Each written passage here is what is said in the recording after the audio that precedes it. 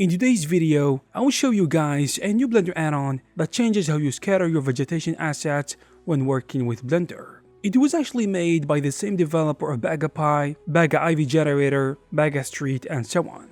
And it was developed in collaboration with Evermotion, which I think you should be familiar with. But if you're not, Evermotion is a store filled with thousands of 3D models and asset packs for architectural visualization, meaning that this tool works especially well with assets from this store. But don't worry if you haven't purchased any of their packs, you can still use this add-on because it works with any sort of asset that you have. In addition, it comes with loads of assets that you can scatter and use, which we'll be talking about in depth later in the video. Now let's get this tool installed and ready to be used.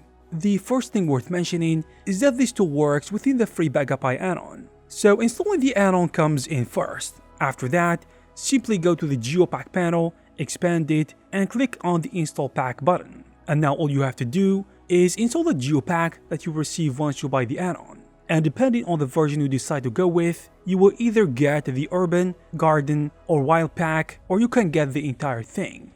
After you are all set, using these packs is as easy as it gets. Just hit the V shortcut on the keyboard and select which pack you want to scatter from. You'll notice that each pack comes with many different presets that you can choose from. And after choosing the preset you want to use, all you have to do is draw your custom curve, and just like that, you have successfully scattered your asset onto your object. But you're not done yet, since you can manually modify the curve by going to the edit mode and even draw new ones. By doing so, the add-on will automatically detect the changes and update your entire system on the fly. Now let's talk about customization. By selecting the scattered system that you just created, the Baga Pie panel will recognize your system and offer lots of different settings to tweak and modify your system. You will get access to the settings for fine-tuning your density, either by using a bunch of sliders for controlling the layers of large or small assets, their layer smoothness, distance, density padding, and more. The other option is to use a couple of curves, which I think offers a decent level of control over your scattered layers by changing the density repartition, smooth portion, and even the randomness.